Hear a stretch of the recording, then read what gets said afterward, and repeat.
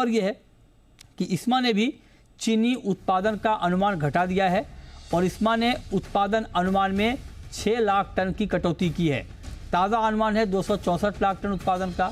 पिछला अनुमान जो था वो 270 लाख टन के आसपास था, तो वहाँ से ये अनुमान कम किया गया है। और आपको बता दें कि इससे पहले AISTA, all India sugar trade association ने भी उत्पादन का अनुमान घटाया है और वो घटाकर 258 लाख कर दिया है। तो अब चूँकि लास्ट ईयर 319 लाख टन का उत्पादन हुआ था, उसके मुकाबले ये उत्पादन काफ़ी कम है। एथेनॉल में जो डाइवर्जन है उसमें भी कमी की आशंका जाहिर की गई है। 35 लाख टन एथेनॉल में शुगर का इस्तेमाल हो सकता है, ये कहना है इस्मा का। हमारे साथ अतुल चतुर्वेदी हैं। अतुल जी, बहुत स्वागत है आपका। और इनफैक्ट मेरी आपसे बहुत ही शुरुआत में बात हुई थी जब चीनी उत्पादन में कमी को लेकर बहुत ज़्यादा बात नहीं हो रही थी, लेकिन तब भी आपने कहा था कि आप खुद होकर आए हैं कर्नाटक में केन फील्ड से, और आपने कहा था कि इस बार के हालात ठीक नहीं हैं और इस बार उत्पादन में ठीक ठाक कमी आ सकती है। अब वही आंकड़े भी हमें ऑलमोस्ट दिख भी रहे हैं। आपका पहला कमेंट। नहीं, वाकई में मैंने तो आपसे शेयर भी किया था और काफी कुछ मतलब हतोत्साहित हुए थे हम लोग जब वहाँ पे कर्नाटका और महाराष्ट्र में फ्लावरिंग देखी थी। तो मुझे तो शुरू से ही लग रहा था कि ये जो इस्मा वाले हैं कुछ जरूरत से ज्यादा क्रॉप इस मरतबा ज्यादा दिखा रहे हैं। तो हम लोगों ने तो अपने कैलकुलेशन में मतलब 26.5 से ऊपर किसी भी लेवल पे हम लोगों ने इसको कंसिडरेशन जोन में रखा ही नहीं था। अच्छा, हमने तो पहले ही से वो कर रखा था कि 26.5 से ऊपर क्रॉप कहीं से कहीं तक दिखाई नहीं देती, क्योंकि हम लोगों के पास फैक्ट्रीज महाराष्ट्र में भी हैं, कर्नाटका में भी हैं और यूपी में भी हैं। तो तीनों जगह से हम लोगों को ग्राउंड लेवल की रिपोर्टें आ रही थी।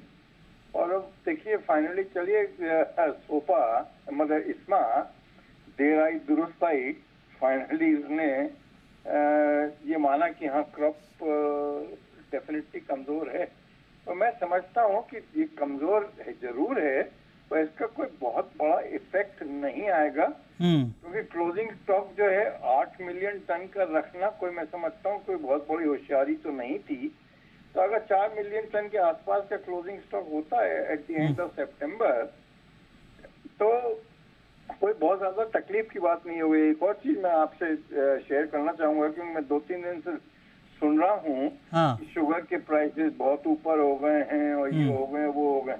मैं समझता हूँ ये सब बातें में कोई बहुत ज्यादा दम नहीं है, क्योंकि शुगर के प्राइसेस अगर आप कंपेयर करना चाहेंगे कि क्रशिंग सीजन के स्टार्ट से और अभी इसमें, तो क्रशिंग सीजन के पीरियड में तो डेफिनेटली बाजार दबते हैं और उसके बाद बाजार सुधरते हैं। अच्छा, पर इस मर्तबा आप ये समझ के चलिए कि आज की तारीख में भी जो बाजार हैं वो कॉस्ट ऑफ प्रोडक्शन के आसपास ही हैं।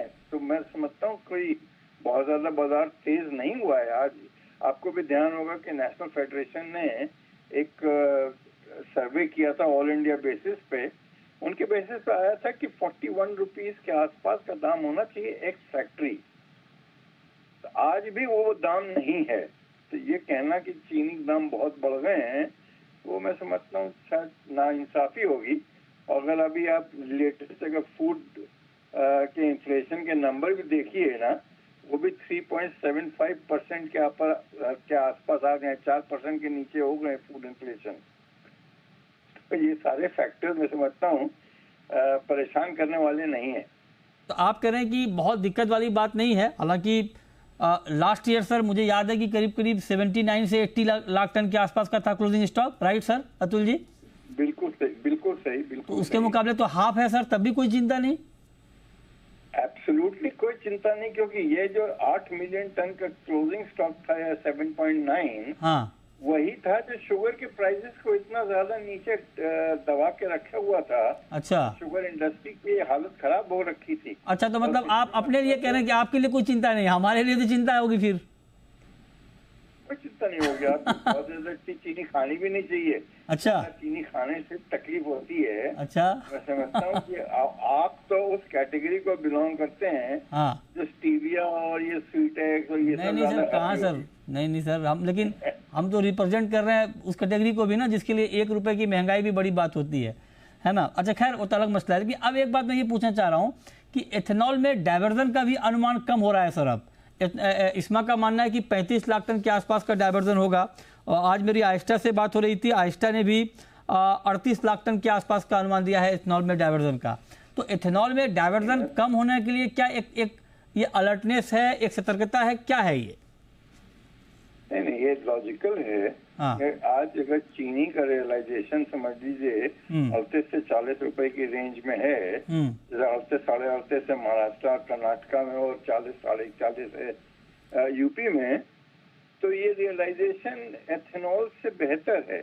और एथेनॉल का प्राइस गवर्नमेंट ने इस मरतबा बढ़ाया भी नहीं, तो चूंकि बढ़ाया नहीं तो मैं समझता हूँ काफी कुछ ऐसा भी हो सकता है कि इंडस्ट्री डाइवर्ट कम करे, और जितना कॉन्ट्रैक्टेड है उससे ज्यादा तो करने का कोई औचित्य नहीं है। और जो कॉन्ट्रैक्टेड भी है हो सकता है कि उसमें एक स्टेज ऐसी भी आए कि वो डिसाइड करे कि भैया पेनल्टी देना बेहतर है या सप्लाई करना बेहतर है। तो मैं समझता हूँ डेफिनेटली जो इस्मा और आइस्टा दोनों का अंदाज है कि डाइवर्जन कम होगा, मैं उनसे 100% सहमत हूँ। मैं समझता हूँ एनीथिंग बिटवीन 3.5 to 3.75 के बीच में डाइवर्जन होगा। तो 4 मिलियन टन अपने एस्टिमेट कर रहे थे शुरू में, उतना होता हुआ दिखाई नहीं दे रहा है। तो एक सवाल सर मैं आपसे ये पूछ रहा हूँ कि 10 लाख टन एक्सपोर्ट की मंजूरी दी गई, अब आपको लगता है कि अब एक्सपोर्ट की डिमांड एटलीस्ट किसी भी इंडस्ट्री की तरफ से नहीं होगी या नहीं होनी चाहिए, और एक्सपोर्ट की? अब एक्सपोर्ट की बात करना तो अभी बेमानी होगी। हाँ, इसलिए मैंने पूछा। इस स्टेज में आज की तारीख में तो एक्सपोर्ट की बात करना कोई लॉजिकली नहीं था।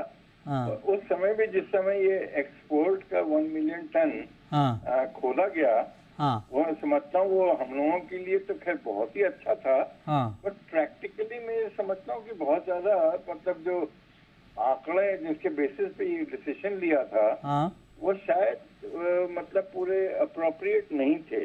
अच्छा। थोड़ा अर्ली ले लिया गया था। एक चीज मैं और जो आपके इससे शेयर करना चाहूंगा कि हम लोग देख रहे हैं कि 2 साल से इस्मा बोलिए या आइस्टा बोलिए या जो भी जितनी एजेंसियां हैं, ये जो एस्टिमेट्स करते हैं before the crushing season starts, वो और एक्चुअल जो रिजल्ट आता है उसमें बहुत फर्क होता है। उसका नतीजा ये होता है कि गवर्नमेंट ऑफ इंडिया अगर उसके ऊपर बेसिस पे डिसीजन लेती है तो कहीं न कहीं वो डिसीजन इंडस्ट्री को एक्चुअली एट टाइम हार्म करता है। लास्ट ईयर हम लोग एस्टिमेट करते थे कि इस्मा और ये सब लोग की बहुत ज्यादा होगी, और मतलब बहुत कम होगी।